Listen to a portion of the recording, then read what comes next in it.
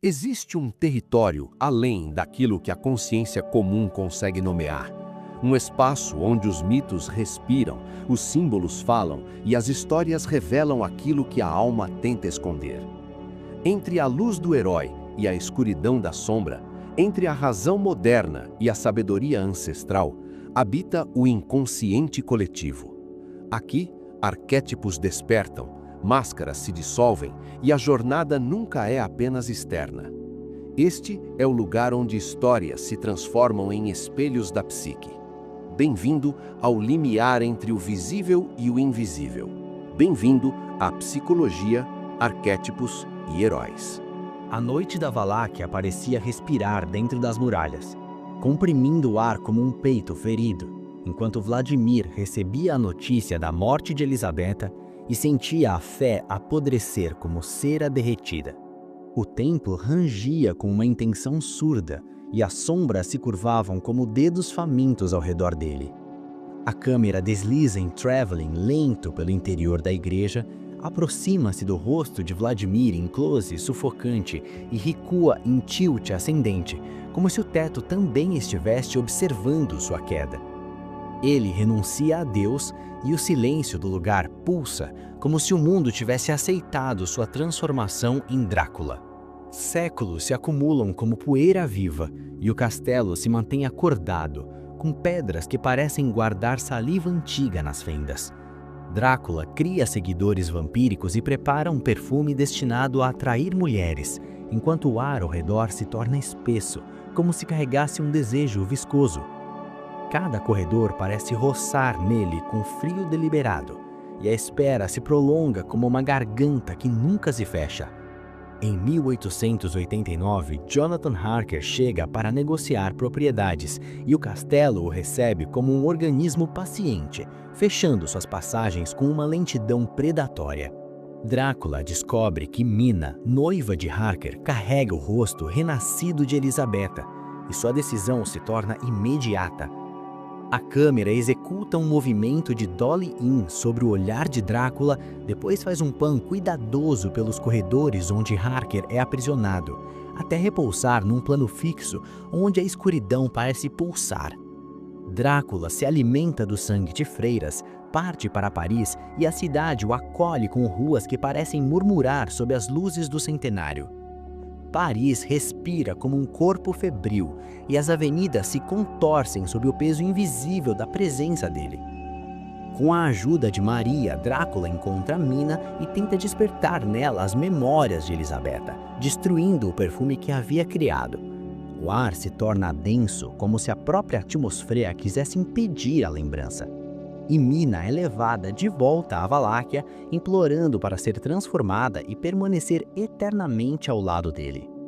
Jonathan Harker escapa e busca um sacerdote ocultista e juntos avançam até o castelo, que range como se tivesse dentes.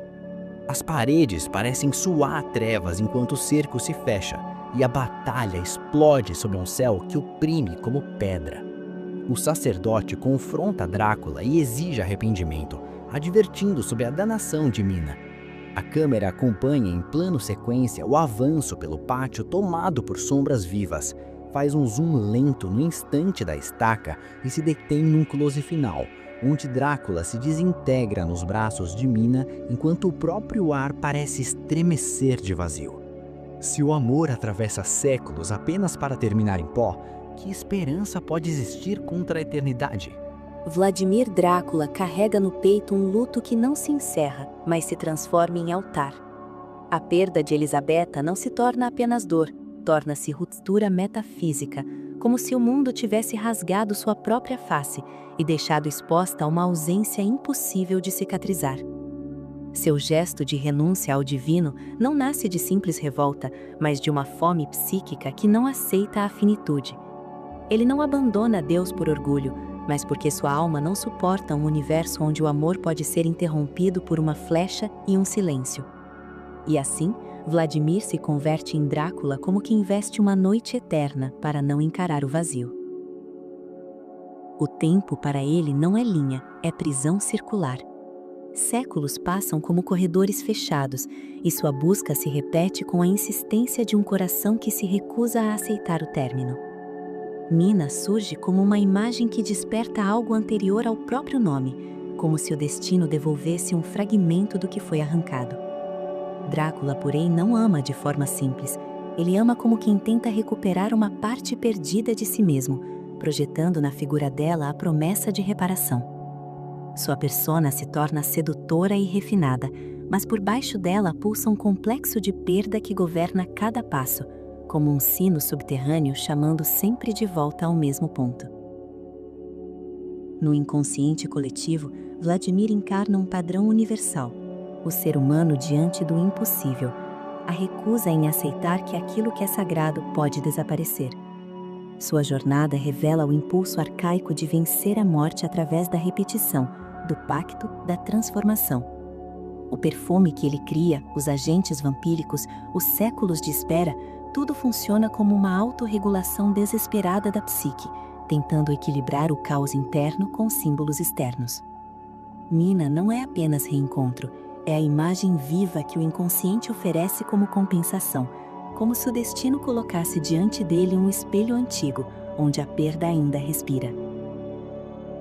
Há um arquétipo do amante absoluto que se manifesta na presença que o desafia, exigindo dele uma entrega total e arrastando seu destino para o limite entre salvação e condenação.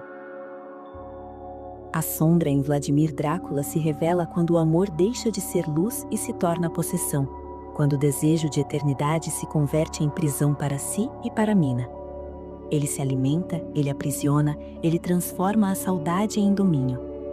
A escuridão não está apenas nos atos vampíricos, mas na incapacidade de aceitar a dor como parte da condição humana. Sua alma rompe a própria humanidade para não sofrer, e nesse gesto ele se fragmenta, tornando-se ao mesmo tempo devoto e carrasco do que mais ama.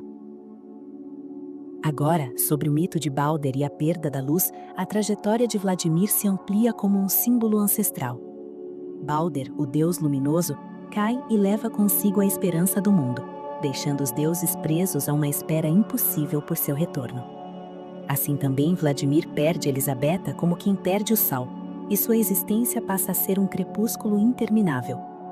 O amor se torna memória de luz, e a busca pela reencarnação é a tentativa desesperada de restaurar aquilo que foi arrancado do cosmos. O mito ecoa como uma verdade psíquica. Quando a luz se vai, o ser humano pode passar a vida inteira tentando reconstruí-la com as mãos sangrando no escuro.